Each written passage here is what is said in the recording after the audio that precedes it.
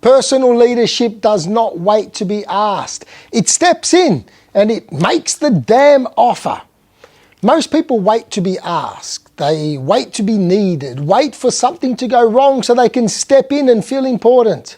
But that's not how leadership works. It's not how relationships work, and it's definitely not how trust is built.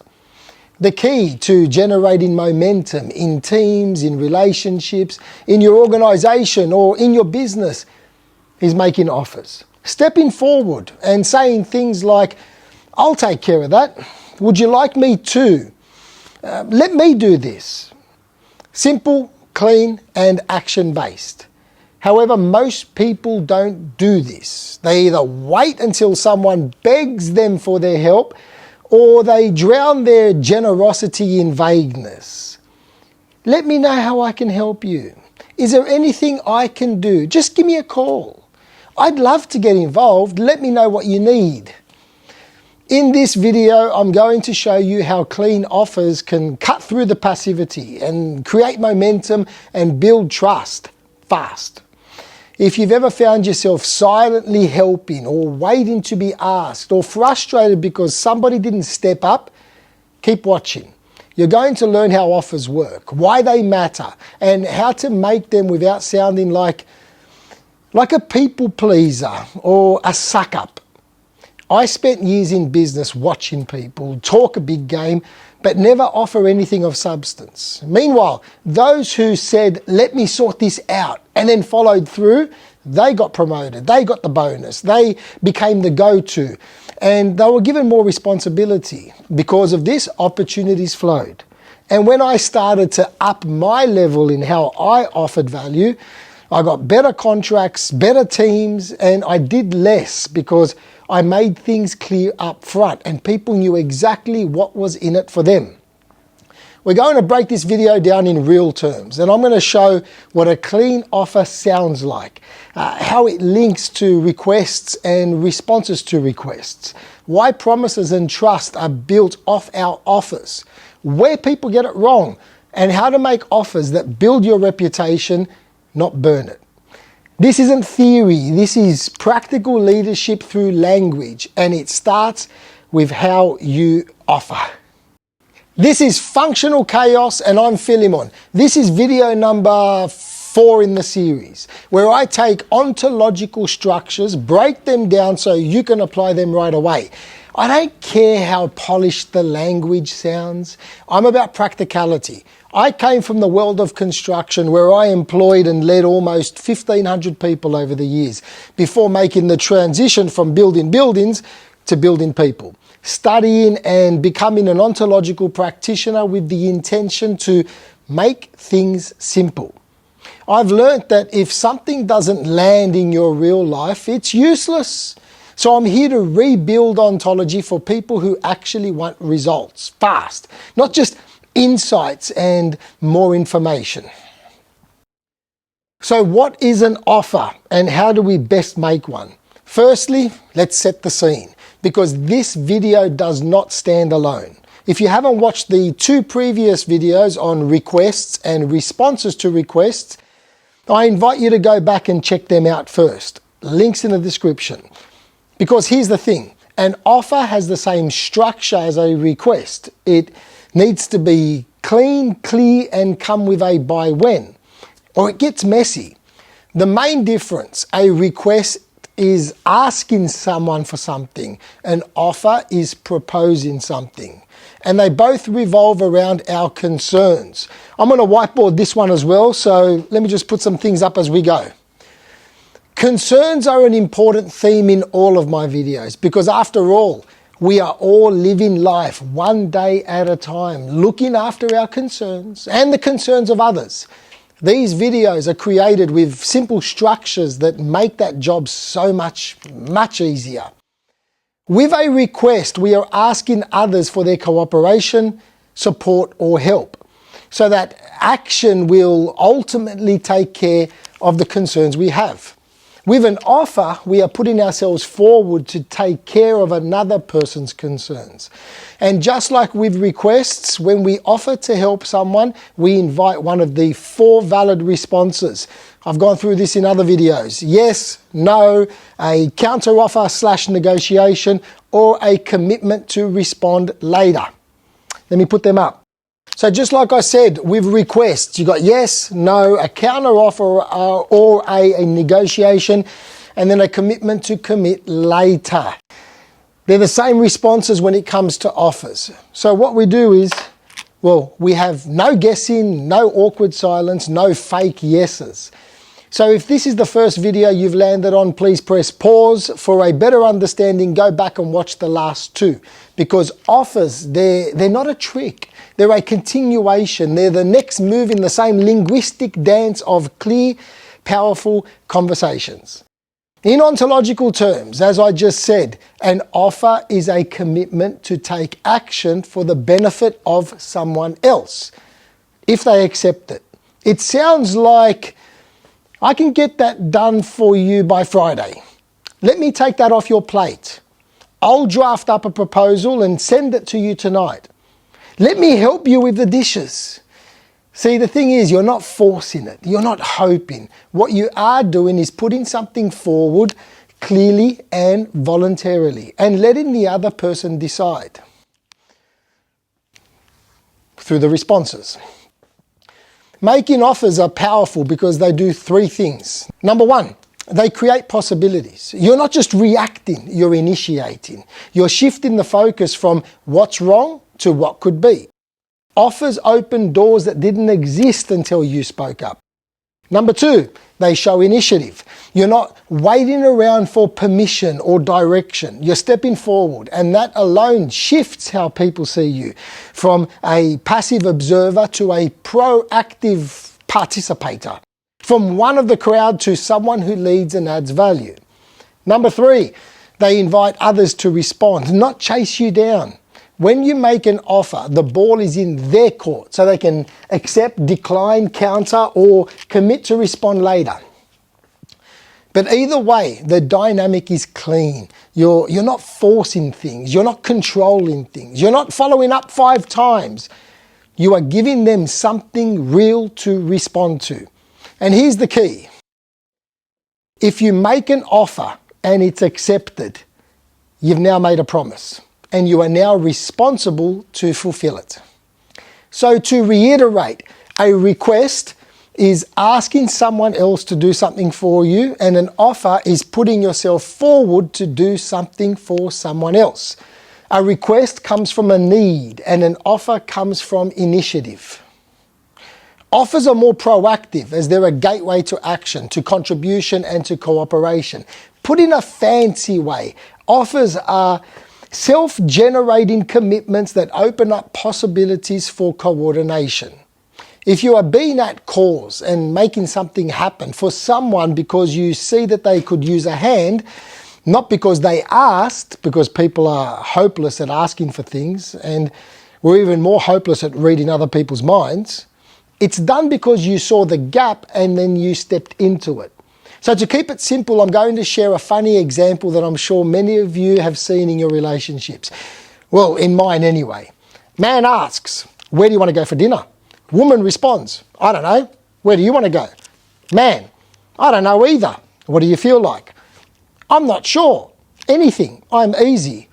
And in all of this uncertainty and this vagueness with no one stepping forward and offering to lead, 30 minutes later, you're either eating 2-minute noodles or ordering takeaway again and eating on the sofa. Make the damn offer. Pick the place, take the lead, save the night. Silly examples like this happen every day in life and in business. Pay attention, you'll see them pop up everywhere. Whether it's a movie, a project direction, or a simple solution to a problem. It's a merry-go-round of uncertainty and passivity. Why do we do this? In the previous videos, I shared what a sloppy request and a slippery promise sound like.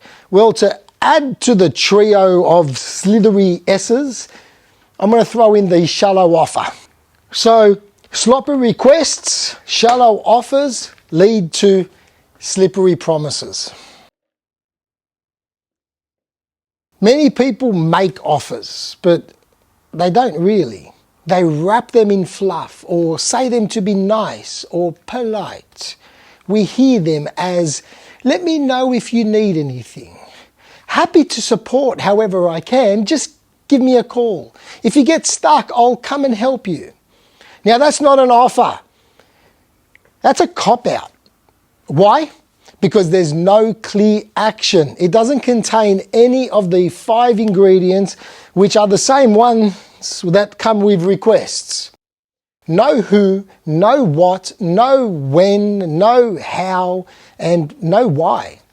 Shallow offers create false impressions of generosity. And when nothing happens, trust erodes. They're opt-out statements, phrases that sound generous, but place all of the responsibility on the other person. Deep down, you know that they aren't going to call you because deeper down, they knew that you didn't really mean it. Why? Because the offer wasn't communicated with substance and with meaning. The more vague your offer, the more likely it's going to be ignored, forgotten, or it's going to cause friction down the track. Shallow offers are like practicing at being a really, really nice person, at the same time becoming a very ineffective person. Real offers have structure and they have follow-through, and we're going to get to them in a moment. Before that, I want to share a connection between an offer and a promise. They are both attached to a commitment. If someone accepts your offer, you're no longer in offering territory. You're now in promise territory. And promises, which we're going to cover in the next video on Basic Linguistic Acts, they come with things like responsibility, accountability, ownership, and your identity. So if you don't deliver the goods, it's not just the task that fails. It's your word that takes a hit. And it's often a bigger hit. Offers create momentum. More importantly, it's your delivery, who you are being when you make it, that builds your credibility. And this is why I started the video by saying personal leadership doesn't wait to be asked. It steps in and makes a damn offer. By offering your assistance, you build your credibility. Adding to that, you become someone people know that they can rely on. And for me, that's much more important than playing the nice game.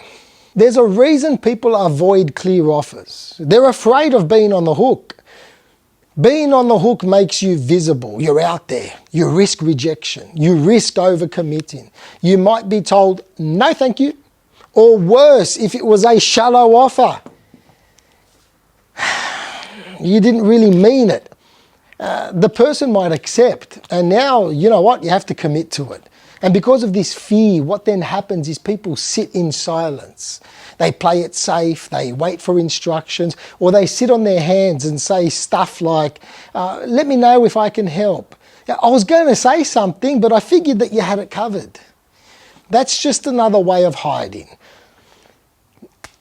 A life of would have, should have, could have, but you didn't.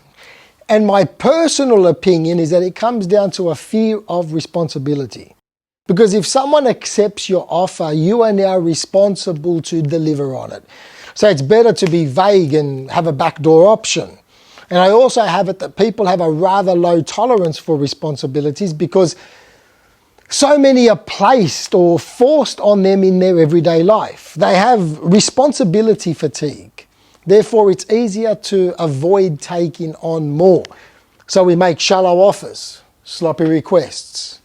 Now let's talk about this avoidance, because it's a fear of responsibility disguised as politeness. But being polite doesn't build trust.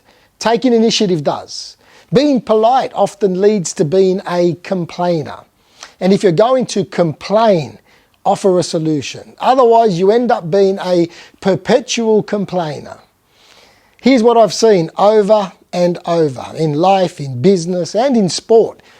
The people who move forward are the ones who speak up first. They offer before they're needed, and they don't wait for permission like they're still a child in primary school. Now, before we get into the structure of how to make an offer, I want to ground it ontologically. An offer is a proactive act of language where you commit to take a specific action without being asked. And if it's accepted, it becomes a promise. To qualify as a real offer, it must originate voluntarily, not as a response to a request. Contain a clear action. Be directed at someone else's concern or possibility. Imply your willingness to act. And lastly, await acceptance, meaning the other person can say yes or no.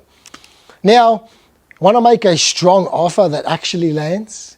We've already covered what a shallow offer looks like. So here's how to make a clean offer using the 4 simple filters that make it clear, personal, and time-bound. I'm going to put them up and then we'll get into it. Okay, I've had to do some manoeuvring around. I didn't know that I'd be doing so much squiggling around on the whiteboard. So these are the 5 steps, the 5 things that we need to look at when we're making a clean offer. These 5 filters. There's really 4. I've just thrown the last one in. Number 1. Be specific. I'll do it by Friday, not I'll try. Number 2 is name the action. I'm happy to write up the summary and send it to the team, if that works for you, of course. Not, yeah, I'll sort it out. Number 3, add a time frame. I'll call your mum and confirm the booking by 7 p.m. tonight. Not, I'll do it soon. And number 4 is make it personal. Take ownership in your language. Use let me, I will, I can, not we should or will try. And most importantly, I think, is number 5, do it. Don't offer more than you can deliver. Because if you break it, you didn't just make a shallow offer, you made a slippery promise. And slippery promises are the quickest way to kill trust. Remember, you don't need to feel ready. You just need to be willing. Offers, they reveal who you are because people learn who you are based on the offers you make and the ones you don't. Some people only offer when they're going to get the credit. Others offer when there's only a benefit for them. And some, they avoid offering altogether because they don't want responsibility. But the people we trust, the people that we remember, they're the ones that step up without being asked. They take care of our concerns.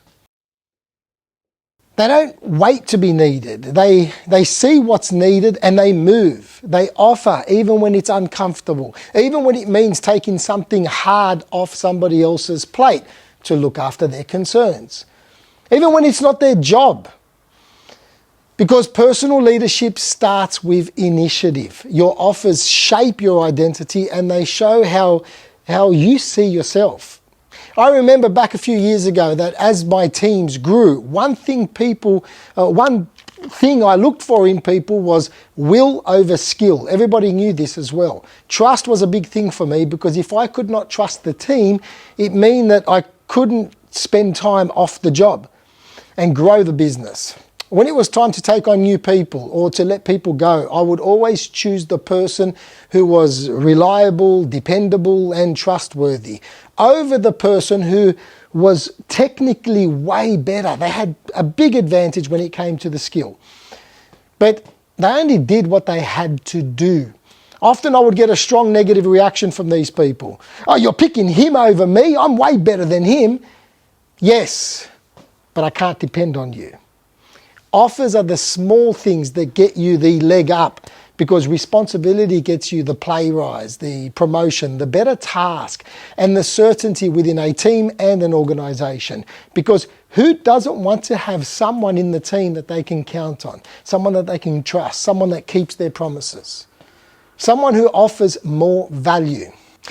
So let's wrap this up. Here's your challenge for the week. Look around and find one thing that you can offer without being asked and something that doesn't serve you. Not just for show, but do it for real. Something somebody needs. Step in, offer it, deliver it, say it, mean it, back it. And if they accept, follow through like your word means something. Because it does. The people who lead aren't the ones with all the answers. They're the ones who put something on the table and then follow through. They do it.